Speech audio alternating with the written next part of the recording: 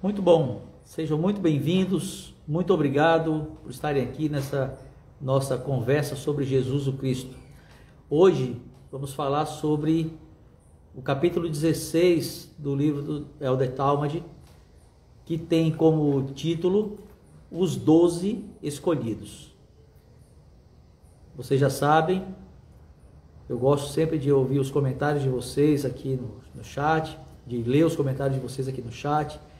Gosto sempre que vocês perguntem, falem a respeito daquilo que estamos falando aqui hoje. Bom, o Elder Talmage escreveu Jesus o Cristo e esse livro é a base da nossa conversa e também as Escrituras Sagradas. Nosso propósito aqui é conhecer mais sobre Jesus o Cristo, Jesus como o Messias, o Salvador e Redentor da humanidade. E eu quero sempre lembrar aquilo que eu não deixo vocês esquecerem. Essas nossas lives aqui são ao vivo, aqui no meu Instagram, e gravadas no YouTube também. YouTube Estandarte da Liberdade e no meu YouTube também. E essas lives não substituem o seu estudo pessoal das Escrituras. Não substituem o estudo das Escrituras que é feito na igreja. Essas lives são um adicional, algo a mais, mas não deixe de estudar pessoalmente as Escrituras, jamais. E não deixe de estudar nas classes da escola dominical sobre o Salvador Jesus Cristo e sobre o seu Evangelho, que é o nosso dever. Bem, como eu disse, hoje vamos falar sobre os 12 escolhidos. O Salvador Jesus Cristo, em um dado momento da sua missão terrena, do seu ministério aqui nesse mundo, ele chamou para perto de si os seus discípulos mais próximos e ele, então, dentre aqueles discípulos mais próximos, escolheu 12, a quem ele chamou de apóstolos, seus mensageiros, seus enviados, seus escolhidos, os 12 apóstolos. E aqui nós temos a primeira grande lição sobre a maneira como o Salvador Jesus Cristo faz as coisas. Os apóstolos, assim como todas as outras pessoas que servem na igreja de Jesus Cristo, são escolhidas por Deus, são chamadas por Deus. Ninguém levanta a mão, eu quero essa posição aqui, viu? Não, aquela ali não me interessa não, mas essa daqui eu quero. Prefiro essa daqui, que tem mais jeito para isso. Não existe isso na igreja de Jesus Cristo. Ninguém se voluntaria para dizer, sou eu que quero essa posição aqui. Não, ninguém se candidata. Não tem eleição, não tem candidato, não tem voto de maioria, não tem nada disso na igreja de Jesus Cristo. O Senhor chama. No seu tempo de missão terrena, ele chamou pessoalmente. Hoje ele chama por meio dos seus servos designados, os profetas e daí por diante, na sua linha de autoridade. Mas todos são chamados por Cristo. E em última instância, em essência, nós, discípulos de Cristo, também fomos chamados por Ele. Ele disse, eu vos escolhi a vós. Pense bem, num mundo como que temos hoje, com mais de 7 bilhões de habitantes, quantos são discípulos de Cristo?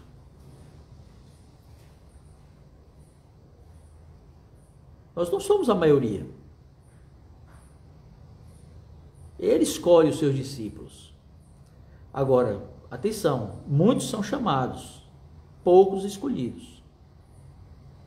Ele nos chamou a todos. Muitas pessoas professam, Senhor, Senhor, mas ele mesmo disse, nem todo o que diz Senhor, Senhor. É preciso tornar-se um discípulo. E aí eu quero começar então falando sobre essa diferença. Qual é a diferença de um discípulo para um apóstolo?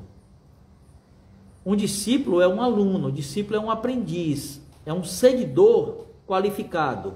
Um discípulo é um seguidor que imita o seu mestre, que faz o que o mestre faz, que um discípulo é aquele que fala o que o seu mestre fala, como o seu mestre fala.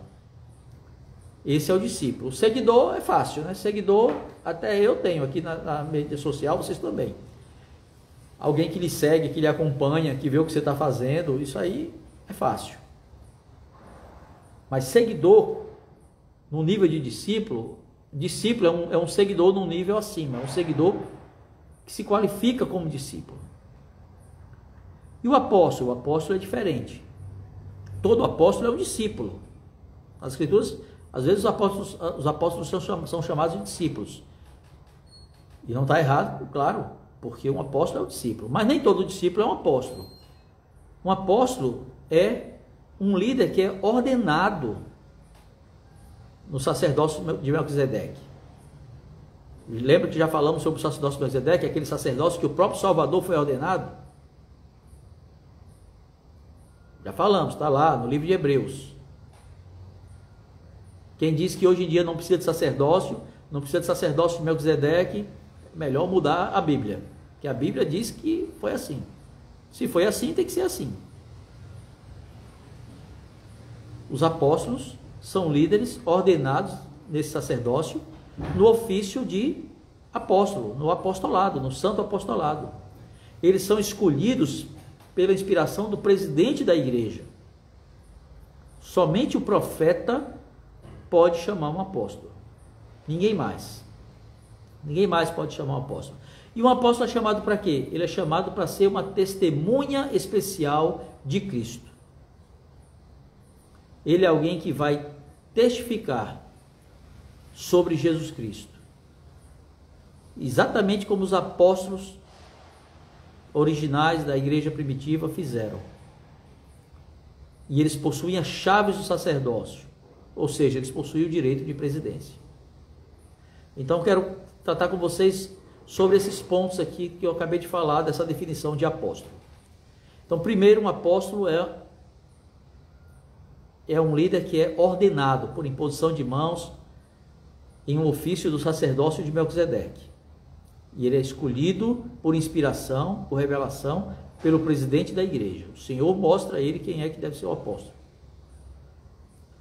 E quando esse apóstolo, então, é chamado, ele é chamado para servir como uma testemunha de Cristo.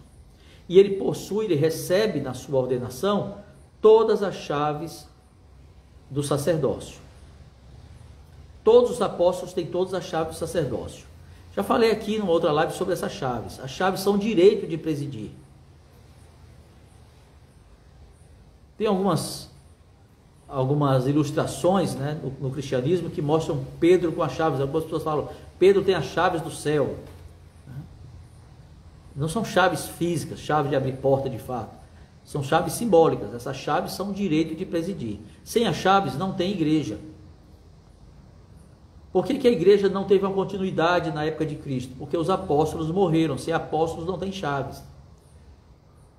Então você pode até ter homens com sacerdócio, você pode ter uma igreja estruturada, mas sem apóstolos não tem chaves. Sem chaves não tem igreja. O que existe é a apostasia. E aconteceu a grande apostasia, um período grande em que a igreja ficou, as chaves foram retiradas da terra, até que elas foram restauradas em 1830, quando o início da igreja, pouco antes dali, elas foram restauradas ao profeta Joseph Smith, por Pedro, Tiago e João, 3 apóstolos originais.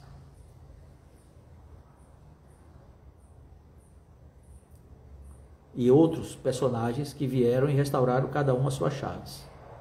Então é muito importante que a gente saiba que as chaves são direito de presidência, está na mão de todos os apóstolos. Todos. Embora só um tenha o direito de exercer todas as chaves ao mesmo tempo, que é o apóstolo sênior, o presidente da igreja. Então os apóstolos existem hoje.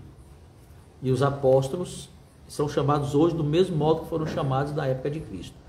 Talvez algumas pessoas digam, mas na época de Cristo, os apóstolos foram chamados, qualificados, selecionados dentre aqueles que acompanharam o ministério de Cristo, dentre aqueles que testificaram a morte de Cristo, a ressurreição de Cristo. Como pode um homem hoje testificar disso? Como se tivesse visto. O presidente Harold B. Lee disse que, do mesmo jeito que Paulo testificou disso sem nunca ter acompanhado o ministério de Cristo, sem nunca ter acompanhado a morte e a ressurreição de Cristo, mas ele foi chamado como um apóstolo. Do mesmo jeito que ele foi chamado, os homens hoje podem. Como é que o Senhor faz isso, dá esse testemunho a esses homens? Isso é para cada um ao modo do Senhor. Nós não vamos aqui especular, esses homens veem Cristo, esses homens veem a ressurreição de Cristo, veem. Isso é sagrado demais para a gente estar debatendo desse modo aqui. O que nos interessa saber aqui é que sim, todos os apóstolos são testemunhas especiais de Cristo. E todos os apóstolos são chamados para testificarem sobre a missão, a morte e a ressurreição de Cristo. E eles podem fazer isso. E eles fazem isso. E esses homens, que são os apóstolos, foram chamados por Cristo, queria falar um pouquinho sobre os primeiros, os originais, que foram chamados, aqueles primeiros 12 lá. Lembram do nome deles todos? Simão, que depois recebeu o nome de Pedro, em 2 ocasiões o Senhor nomeou ele de Pedro, logo quando chamou e logo depois o Senhor confirmou esse nome. E aí tem gente que diz assim, porque o Senhor disse assim, o Senhor, talvez eu não lembre as palavras exatas da Escritura, mas o Senhor disse que tu és Pedro e sobre esta pedra edificarei a minha igreja. E muita gente acredita que é sobre essa pedra Pedro. Não. Lembra que logo antes, naquele mesmo momento, o Senhor tinha perguntado assim, eles disseram ao Salvador que algumas pessoas diziam que ele era Elias, que ele era João Batista, que ele era alguma pessoa. Aí ele perguntou assim, e vós, quem dizeis que eu sou? E Pedro imediatamente disse, tu és o Cristo, o Filho do Deus vivo. E o Senhor disse, bem-aventurado és tu, Pedro. E o Senhor disse que ele sabia daquilo, Pedro tinha esse conhecimento, porque o Espírito tinha revelado isso a ele. Não porque o homem tinha dito isso a ele, nem alguém tivesse dito isso a ele. E é sobre isso, sobre a revelação, que a igreja estaria edificada. Sobre esta rocha. Que rocha? A rocha da revelação.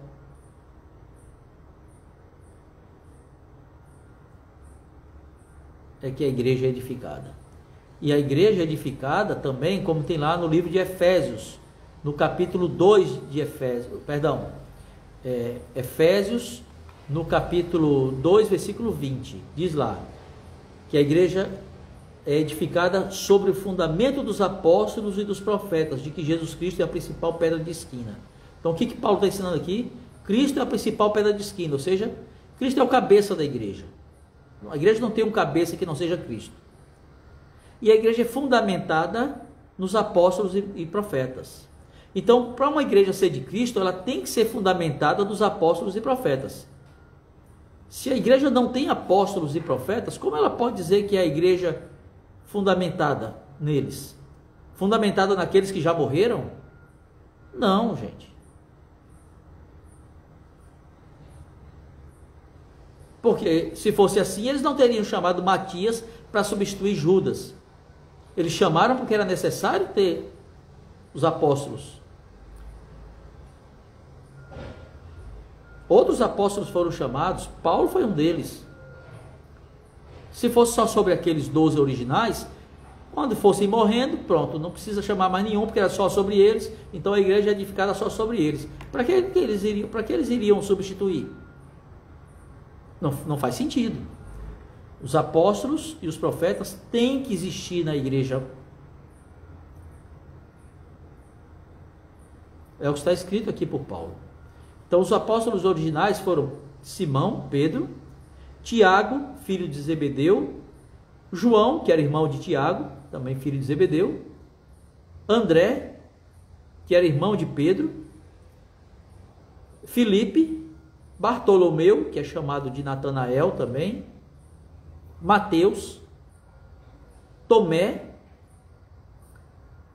outro Tiago, que é chamado de filho de Alfeu, nós não sabemos quem é esse Alfeu, as escrituras não dizem, mas é o filho de Alfeu, Judas, que é chamado de Judas Lebeu e Judas Tadeu, né? Outro Simão, que era chamado de Zelote, e Zelote quer dizer um zelador, porque ele era parte de uma congregação que zelava de modo muito ardente pelas regras, pelos preceitos do judaísmo. Daí chamavam zelotes. E o Judas Iscariotes, que foi aquele que traiu Cristo. Vamos falar sobre isso lá na frente, em outra live. Então esses foram os 12 originais. Eles eram homens comuns como os homens de hoje. Eles eram homens imperfeitos como os homens de hoje. Eles eram homens que tinham seus desafios de compreensão do Evangelho, como todos nós temos hoje. Nenhum de nós hoje pode dizer que compreende com perfeição as coisas do Evangelho. Eles eram homens comuns, mas eles eram homens chamados por Deus. O caráter sagrado do seu chamado não estava ancorado na sua perfeição, na sua compreensão absoluta das coisas. O caráter sagrado do seu chamado estava ancorado no fato de que eles foram chamados por Deus, pela autoridade correta, e foram ordenados por imposição de mãos, por quem possuía essa autoridade. No caso deles, o próprio Salvador Jesus Cristo. Então é muito importante que a gente entenda isso, de que não é diferente um apóstolo hoje de um apóstolo no passado. E aqui eu quero fazer algum comentário a respeito de um ponto que considero muito importante. Eu nunca comentei aqui sobre uma série muito famosa que acontece hoje, que é exibida hoje em dia, que é a série The Chosen, né? Tem muitas produções sobre Jesus Cristo, sobre seus apóstolos, mas essa alcançou um nível mundial de aceitação, de visibilidade, talvez não alcançada antes por nenhuma outra produção. Eu nunca comentei aqui sobre a série e tem uma razão para isso. Eu assisto a série. Eu sou parte da audiência da série. Eu assisto a série. E assisto porque não vi na série, até aqui, nenhuma grave ofensa à doutrina que me fizesse deixar de ver a série. Não vi. Porém, quero deixar claro aqui, do mesmo modo que não vi nenhuma grave ofensa à doutrina, também não vi na série nenhuma fidelidade absoluta ao texto escriturístico.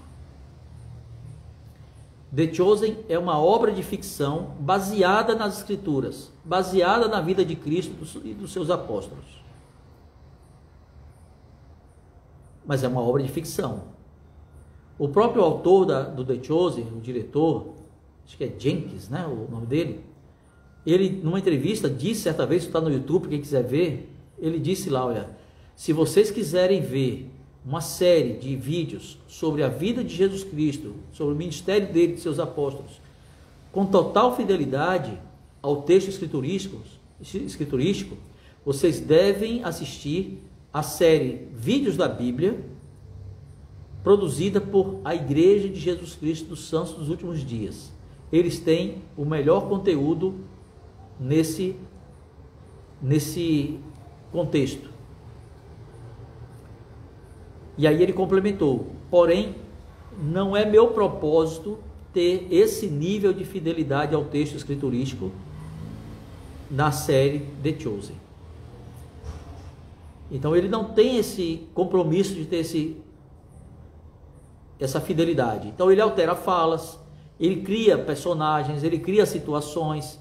E eu estou falando isso porque uma situação muito comum quando a gente fala o nome do apóstolo Tomé é de lembrar que Tomé foi aquele que não acreditou que Cristo tivesse ressuscitado. Ele disse: olha, só se eu ver as marcas na mão, colocar a mão lá no lado dele, que foi ferido pela lança, né? Senão eu não acredito. Uma semana depois, Salvador Jesus Cristo apareceu novamente aos apóstolos. Agora ele estava junto. E o Salvador disse: Tomé, coloca aqui a mão nas minhas marcas, pega aqui no meu lado, vê que sou eu mesmo. E o Salvador disse: tu creste porque vistes, bem-aventurado aquele que creu sem ver.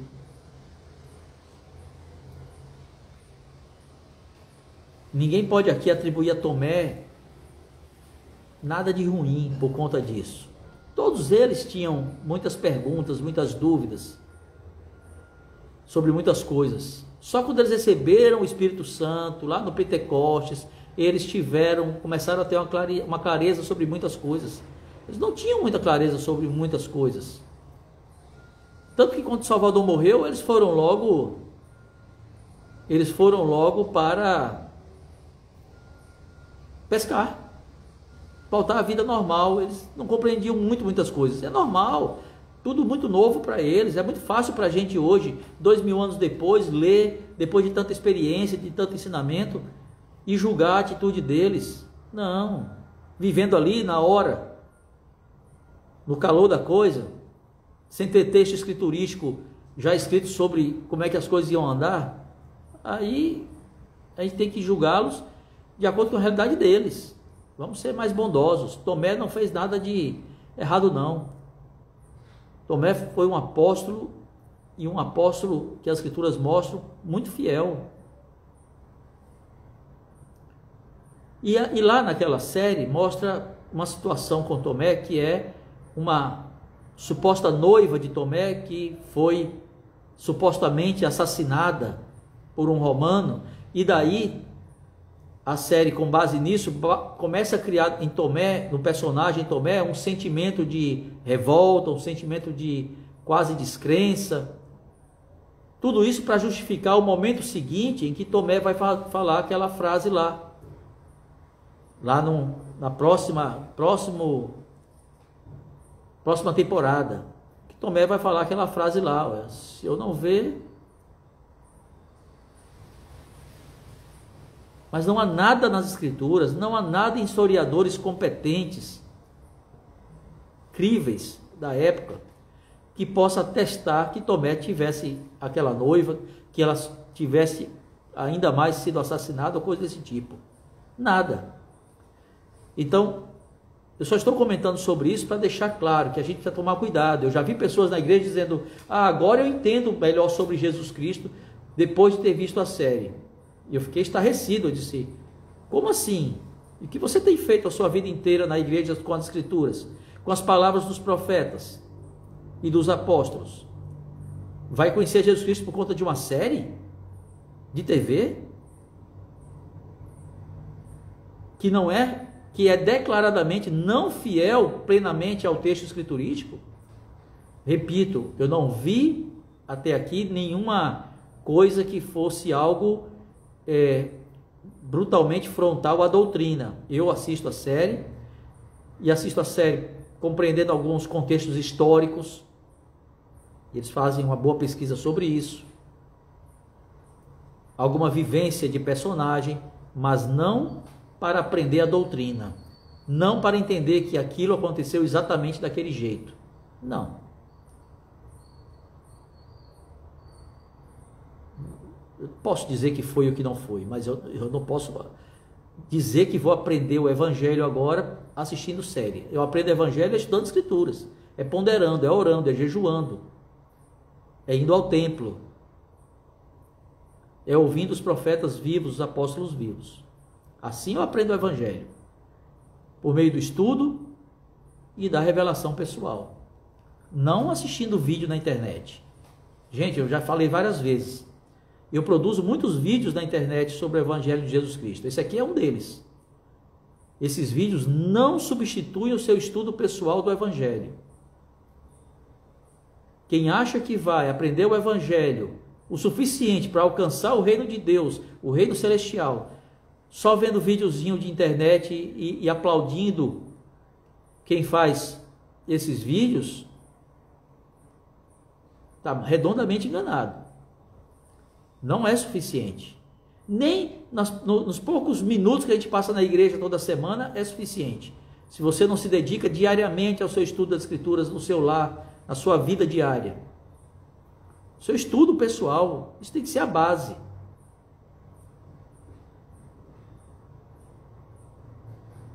Essa tem que ser a base. Essa é a base daqueles que alcançaram o apostolado. Essa é a base.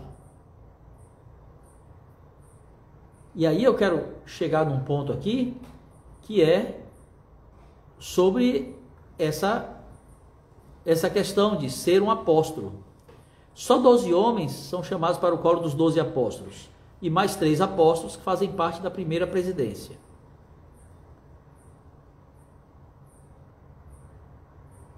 Mas quantos homens vivem hoje na igreja à altura do apostolado? Eu não faço ideia, mas eu imagino que muitos mesmos. Mas como assim, irmão? E não são apóstolos? Não. Na igreja é chamado, o líder na igreja, o líder da congregação é chamado de bispo. Algumas igrejas são chamadas de pastores, em outras padres. Na igreja de Jesus Cristo dos Santos dos Últimos Dias é chamado de bispo. Um bispo é chamado para servir por 5 anos. Espera-se que ele sirva por 5 anos.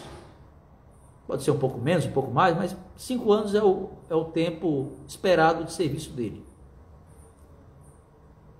Agora, quantos homens tem em uma congregação, nós chamamos de alas, quantos homens tem que poderiam servir como bispo? Vamos supor que uma congregação tenha 50 homens ativos. 50 homens ativos, que eu digo, homens participantes, homens que são fiéis da igreja, frequentam, pagam seu dízimo fielmente, jejuam, oram, estudam as escrituras. Homens fiéis. Vamos supor que tenha 50. Não, eu vou diminuir. Dos 50, vamos dizer que nós temos 25, metade. É mais, né? Mas eu vou colocar por baixo para facilitar a vida aqui. 25. Vamos dizer que desses 25, alguns sejam solteiros. Para ser um bispo tem que ser um homem casado. Está lá as escrituras falada, ensinada também pelo apóstolo Paulo, de que o bispo tem que ser esposo de uma mulher. Tem que ser um homem casado. Então vamos dizer que desses 25, uns 10 sejam solteiros. Sobrou aí 15, sobraram 15. Tá? Aí vamos dizer que tem outras qualificações ali para ser bispo, e que desses 15, sobrem 10. Olha, de 50 que frequentam a igreja, que frequentam a igreja, homens, 10 sobraram que podem ser um bispo hoje. Quantos vão ser chamados como bispo? 1. Não tem 2 bispos na igreja ao mesmo tempo. Um bispo. E ele vai servir por quanto tempo? 5 anos. Só depois disso é que vai chamar outro bispo. Mas nós temos quantos fiéis ali? Foi chamado um dos 10, tem 9, né? Aí um dos 9 vai ser chamado. Talvez, em 5 anos, quantos mais homens surgiram? Daqueles lá e de outros que estão qualificados agora. Só dos 9, se você for contar 5 anos para cada um, são 45 anos, mais os 5 anos do primeiro ali são 50 anos. Só para aqueles 10 fiéis. Vou levar 50 anos para todos servirem como bispo. não vão servir como bispo. Talvez desses 10, uns 2 ou 3 vão servir como bispo, e nesse processo muitos outros vão ter se qualificado e vão ser chamados como bispo, porque o Senhor é que sabe quem é o bispo, ele é que revela ao presidente da igreja. Quem chama um bispo é o presidente da igreja.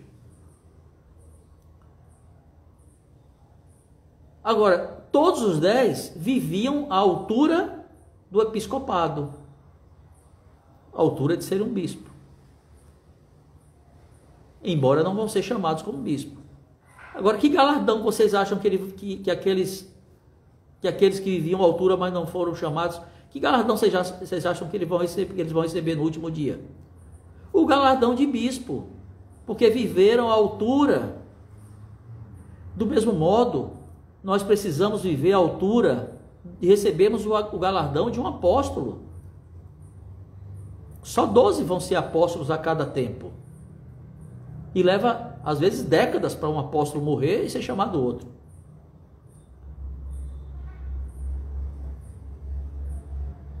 Mas nós podemos viver à altura do apostolado e vamos receber todas as bênçãos como se fôssemos ali. Recebemos o galardão.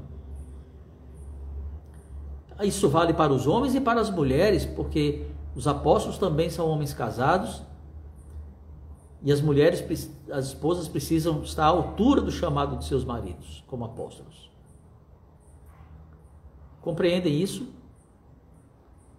Quando o Salvador Jesus Cristo nos escolheu para sermos seus discípulos, ele nos escolheu para sermos num nível cada vez mais elevado, linha sobre linha, preceito sobre preceito, cada vez mais elevado. Ele não nos escolheu para dizer, bom, eu estou aqui nesse meu nível aqui, eu sou um membro comum da igreja, eu vou viver assim, se eu for chamado como bispo, aí eu vou me qualificar como bispo. Não, você não vai ser nunca.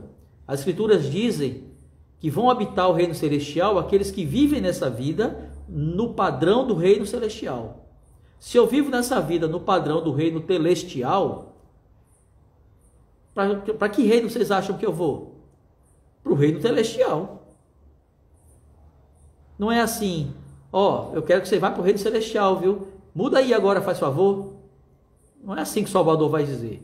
Ele vai dizer, ó, você viveu a vida inteira, eu pedi para você viver a vida inteira num padrão e você viveu num padrão inferior. Você escolheu viver num padrão inferior. Você escolheu não obedecer os mandamentos, você escolheu não jejuar, você escolheu não pagar seu dízimo, escolheu não frequentar a igreja com regularidade, não ser honesto, não falar a verdade sempre. Foi sua escolha. Você vai receber agora aquilo que você escolheu. Você se sente bem, né? Com esse tipo de vida, vai para o lugar onde tem esse tipo de vida. Se queremos o reino celestial, precisamos viver aqui, como se já estivéssemos lá. Ah, mas aí eu vou ser muito diferente dos outros. É isso mesmo. Vai ser chamado de estranho, vai ser taxado como esquisito, como um crentão, vai ser chamado como se fosse alguém bitolado, quer sempre fazer o que é certo. É isso mesmo. Salvador suportou uma cruz e pregos no seu corpo. Você não vai suportar um bullying religioso feito por infiéis? Quem tem a recompensa para lhe dar, vai lhe dar a recompensa, que é o Salvador Jesus Cristo.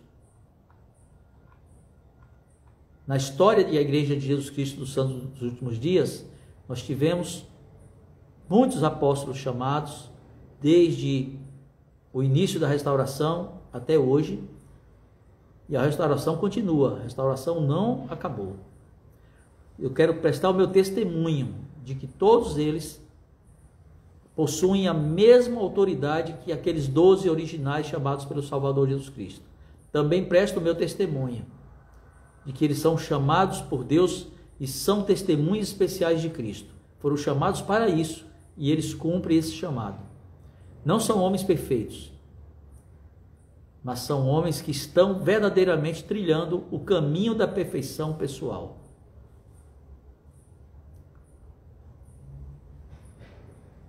E testifico dessas coisas para vocês, de que Os apóstolos são verdadeiramente servos de Deus. Nós temos aqui comentários. O Johnny JPP, bom dia, sempre umas ótimas lições. Muito obrigado, meu amigo. Perfeito comentário da série. Eu apoio justamente, pois realmente esse é o propósito da série, que é apenas de entretenimento e diversão. Eu não sei se o propósito da série é entretenimento e diversão. Eu acredito honestamente que o autor e que as pessoas envolvidas, ou pelo menos a maioria delas, tem o desejo de levar a mensagem do Evangelho às pessoas, ao seu modo. Eu não vejo que eles têm qualquer propósito ruim, um propósito só financeiro, só de ganhar dinheiro ali. Claro, tem muita gente, muitos profissionais ali, tem muitos não cristãos ali, então tudo bem, não tem problema nenhum. Não tem problema nenhum em eles terem outros propósitos, mas eu acredito que eles têm um propósito de levar o Evangelho ao seu modo. E é por isso que eu já disse que eu assisto a série e não vejo nada grosseiro contra o Evangelho de Cristo. Mas nós, discípulos de Cristo, é que não podemos encarar os ensinamentos de Cristo como se fossem entretenimento e diversão. Não podemos. Francisco Eugênio Nogueira, o próprio autor já falou que a série é para diversão, mas não é dogmática. Vale para aguçar a curiosidade da pessoa e ali buscar o texto original em que ela foi criada. É isso. Se você só assiste e quer dali basear a sua fé, você vai ter dificuldade com a fé. Não pode, né? Não pode. Meus amigos, eu quero agradecer muito a presença de vocês hoje aqui, muito mesmo. Quero agradecer muito a presença de vocês sempre aqui. Convidem seus amigos a participarem do nosso chat lá do nosso grupo lá no WhatsApp, de participarem aqui das nossas lives. Assistam esse vídeo novamente no YouTube, no Estandarte da Liberdade, e também no meu YouTube. E quero finalizar prestando meu testemunho de que os apóstolos modernos são chamados por Deus com a mesma autoridade que os apóstolos originais foram chamados. E eles são testemunhas especiais de Cristo. Eu sei disso e testifico disso. No nome do nosso Salvador e Redentor, o Senhor Jesus Cristo. Amém.